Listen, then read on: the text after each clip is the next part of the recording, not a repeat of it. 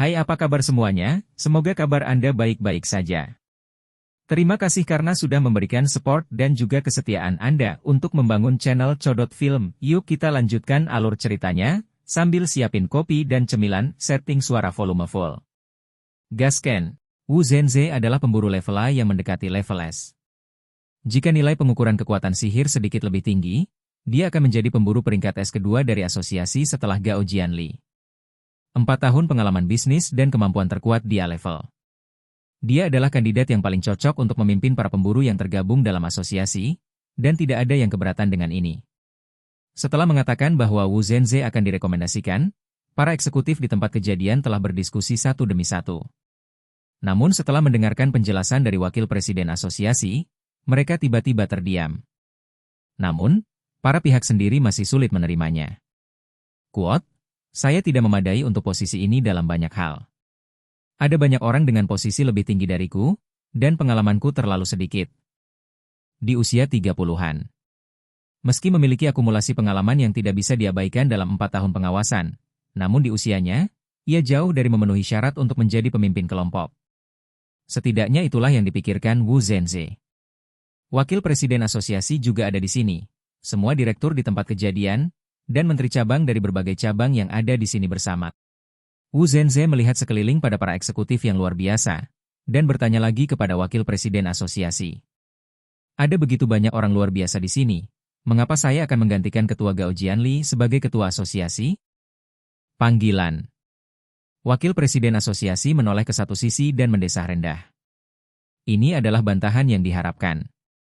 Meskipun saya tidak tahu bantahan ini akan datang dari Wu Zhenze sendiri. Wakil Presiden Asosiasi mematikan mikrofon.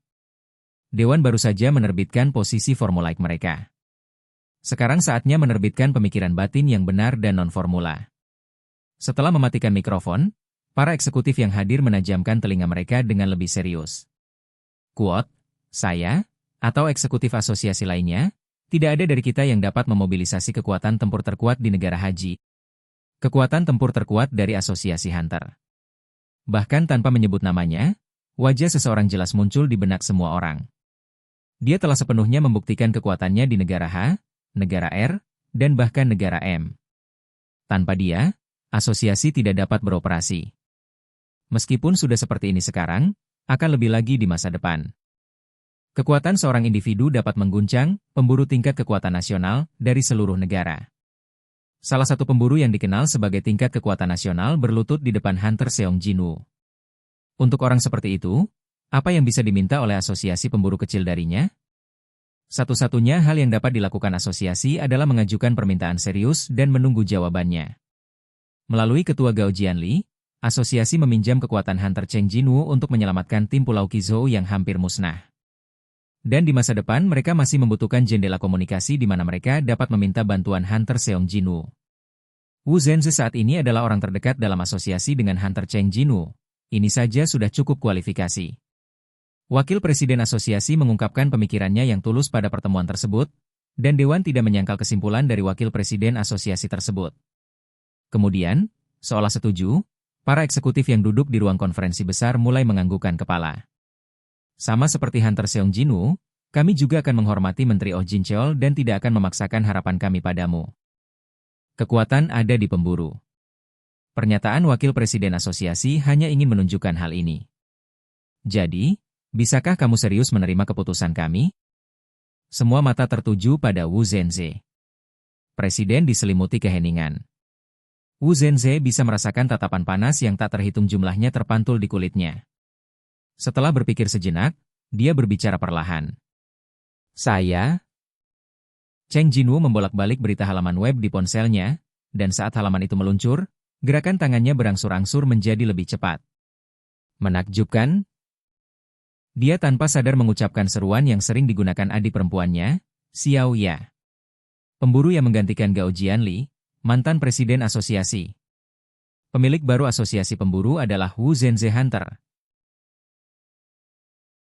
Nama Wu Zhenze muncul di daftar pencarian panas real-time, menempati posisi pertama dalam pencarian panas. Cheng Jinwoo mengira sesuatu telah terjadi, hatinya yang terkejut dengan cepat menjadi tenang. Wu Zhenze, yang dekat dengannya, mengambil posisi sebagai presiden asosiasi. Ini kabar baik.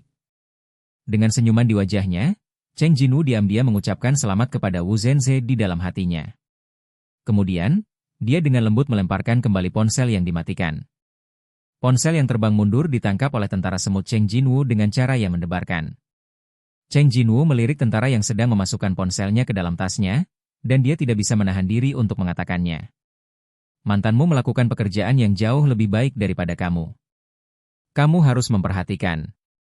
Alih-alih Liu Chenhao yang sibuk sebagai wakil presiden, prajurit semut ini dipromosikan menjadi kuli angkut Cheng Jinwu. Saya tidak tahu apakah itu karena Raja malu ketika dia menatapnya, tetapi prajurit semut yang menundukkan kepalanya terus menggaruk bagian belakang kepalanya dengan tangannya. Sangat bagus. Dia tersenyum dan menepuk bahu tentara semut itu, lalu berbalik. Makan siang juga sudah diselesaikan, dan sekarang saatnya untuk mulai berburu lagi. Meskipun saya pikir begitu, tapi orang-orang ini lagi.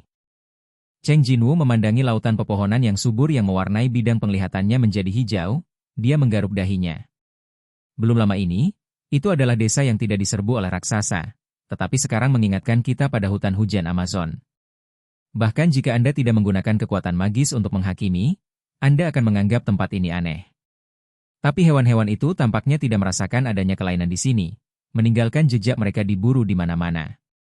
Melihat lalat-lalat ini berdengung di sekitar hewan mati dengan hanya tersisa tulang, Cheng Jinwu tidak bisa menahan diri untuk tidak mendecakkan lidahnya. Beberapa detik kemudian, dia mengambil sebuah batu kecil di tanah dan melemparkannya. Suara mendesing. Ini bukan batu kecil biasa. Itu adalah batu kecil yang dilemparkan oleh pemburu peringkat es, dan Seong Jinwu, yang merupakan pemburu peringkat es. Menepuk. Di mana ada wajah, monster berbentuk pohon bertabur batu membuka lebar matanya yang tertutup. Segera setelah itu, seorang pria dengan wajah sombong berlari. Anak ayam. Fakta bahwa orang marah ketika dipukul tampaknya sama apakah itu orang atau tumbuhan.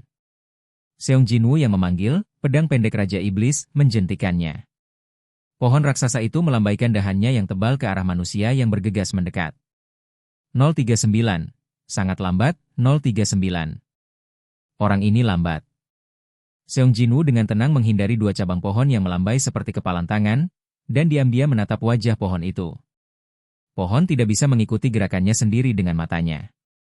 039, tanggapannya juga sangat umum. 039.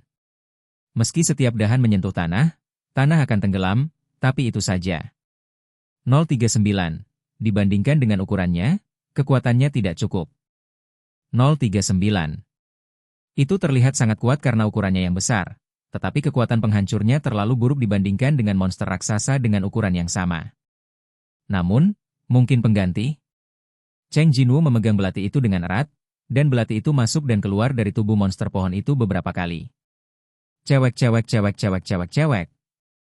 Meskipun monster itu menjerit, dia tidak jatuh dengan mudah. 039, pisau kekacauan. Dalam sekejap, teknik pedang itu menusuk monster pohon dengan ganas seperti peluru yang berserakan. Ci. Menghadapi serangan yang masuk, monster pohon itu hanya menutup matanya, dan mulai mengayunkan tinjunya secara membabi buta.